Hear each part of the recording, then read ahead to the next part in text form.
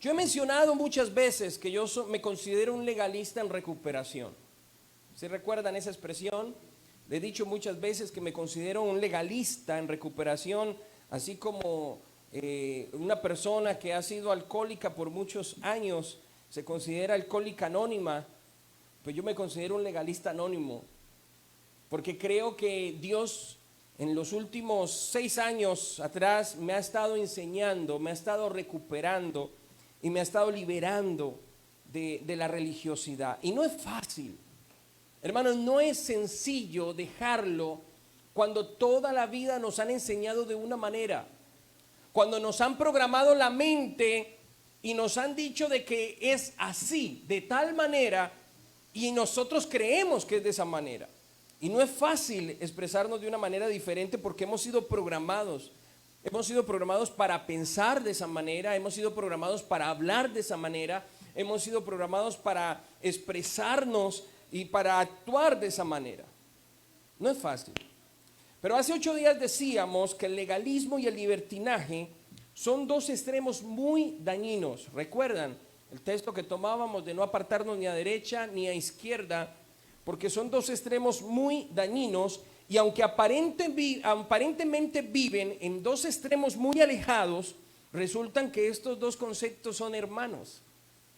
Estos dos conceptos, tanto el legalismo como el libertinaje, son conceptos hermanos o que nacen en el mismo día en que el pecado entra al mundo. Decíamos que el legalista es todo aquel que trata con sus propias fuerzas ganarse la salvación. Escúcheme muy bien, hermana querida, en esta mañana. Escúcheme muy bien, mi hermano. El legalista es toda aquella persona que trata en ganarse su salvación con sus propias capacidades, con sus propias fuerzas. Y esto resulta ser muy sutil, pues el legalista no es solamente es aquel que exige un código de vestimenta que represente, entre comillas, santidad, como por ejemplo el andar con zapatos clásicos, pantalón clásico, camisa manga larga o corbata o saco, o en el caso de las mujeres, aquella que ande con una falda larga, una blusa que no muestre sus hombros, e inclusive que se tape la cabeza con alguna mantelina o alguna situación que se ponen ellas en la cabeza, algún velo, alguna cubierta. No solamente eso es ser legalista.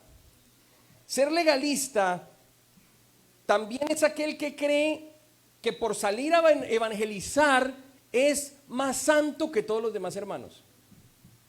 Ser legalista es aquel que cree que por haber orado media hora esta mañana, Dios ya tiene que contestarle la oración según lo que él en su corazón le está pidiendo. O sea que no es solamente la apariencia física ser legalista, sino también aquellos que creen que tienen a Dios como el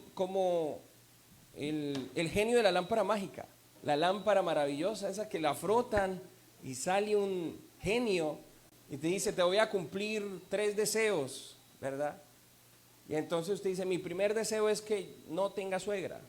A veces nosotros creemos, hermanos, que por haber hecho algo para la obra del Señor somos mejor que los demás. Y eso es ser legalista.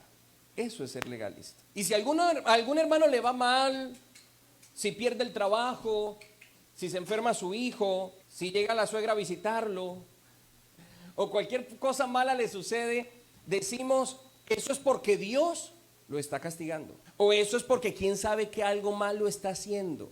Eso es porque está en pecado el hermano. Y atribuimos conceptos y cosas que nada tienen que ver con la verdad a situaciones que nos están pasando.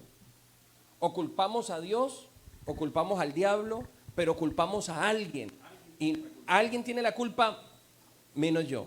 Y siempre buscamos ser las víctimas y nos victimizamos frente a la situación. Y empezamos a decir: la culpa es de los hermanos, la culpa es del pastor, la culpa es de mi esposa, la culpa es del diablo, la culpa es de Dios. Y buscamos culpar a todo el mundo menos hacernos responsable de nuestros actos. Cuando hablamos del libertinaje, entonces estamos hablando del otro extremo. donde decimos que no necesitamos la palabra de Dios para ser guiados. Y entonces llegamos al extremo de decir, yo no necesito tener pastor, ¿para qué?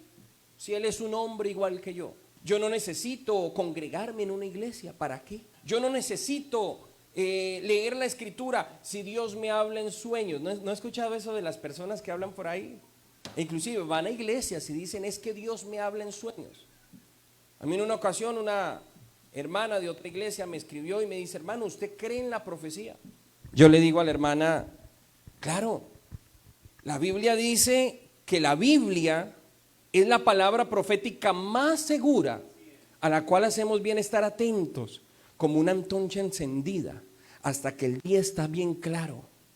Me dice la hermana, no, yo no me refiero a la Biblia, yo me refiero a la profecía que se da a través de los varones de Dios.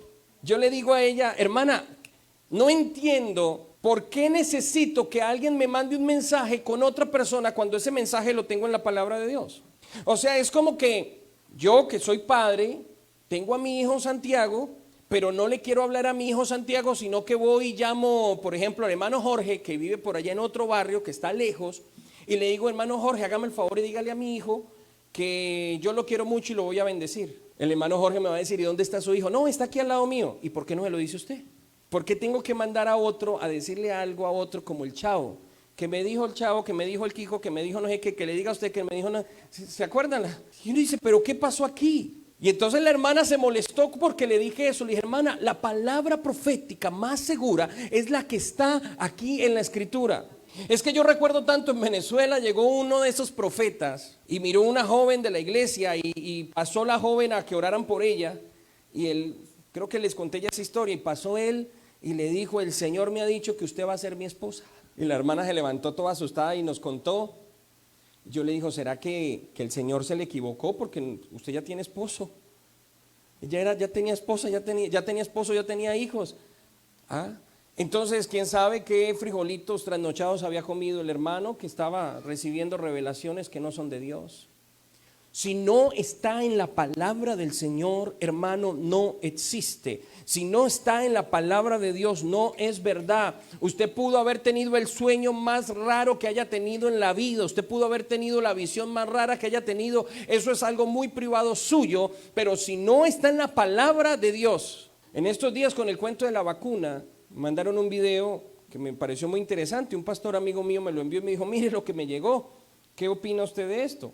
Y en el video había una endemoniada diciendo que la vacuna salió de los laboratorios del infierno. Ya no solamente hay gente que va a vivir 2 meses a los sótanos del infierno, sino que también hay laboratorios en el infierno. Y entonces uno dice, ¿y esta gente dónde está?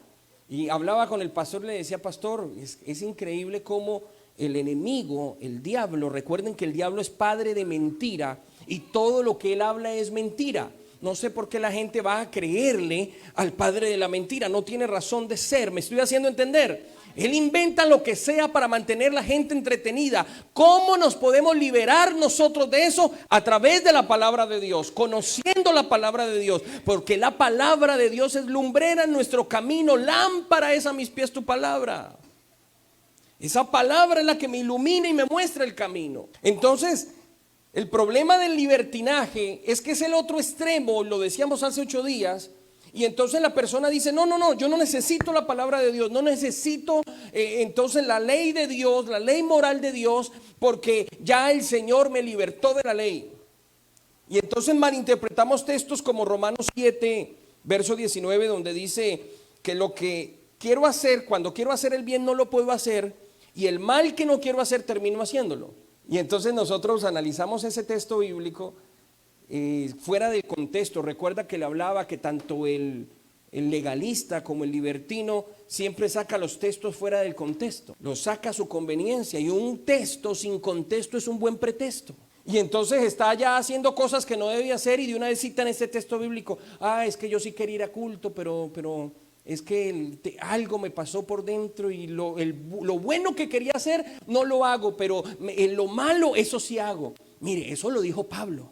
Y entonces sacamos una apologética, una apología del pecado, una apología para no hacer el bien. Gloria al Señor Jesús.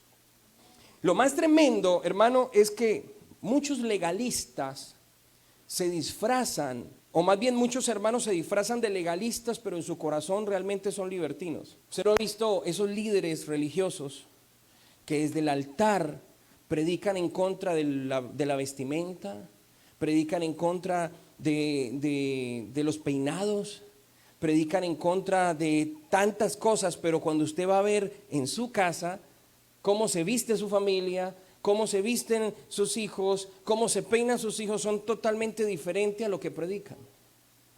No tiene sentido, porque la Escritura me dice y me enseña que si yo no soy capaz de administrar mi casa, no puedo administrar la iglesia del Señor. En estos días hablaba con una hermana en México. Ellos quieren que nosotros le demos cobertura a su iglesia, que el linaje le dé cobertura a su iglesia. Y hablaba y preguntaba por su pastor y me dice, es que a mi pastor no lo apoya la esposa, él solamente está pastoreando. Entonces yo le explicaba y le decía, hermana, no puedo darle cobertura a un pastor que su esposa, ni siquiera su esposa cree en él. Ni siquiera su esposa cree en el líder de la iglesia. No tiene sentido. Yo tengo que ser íntegro en todos los sentidos. Gloria al Señor. ¿Cuántos dicen gloria a Dios?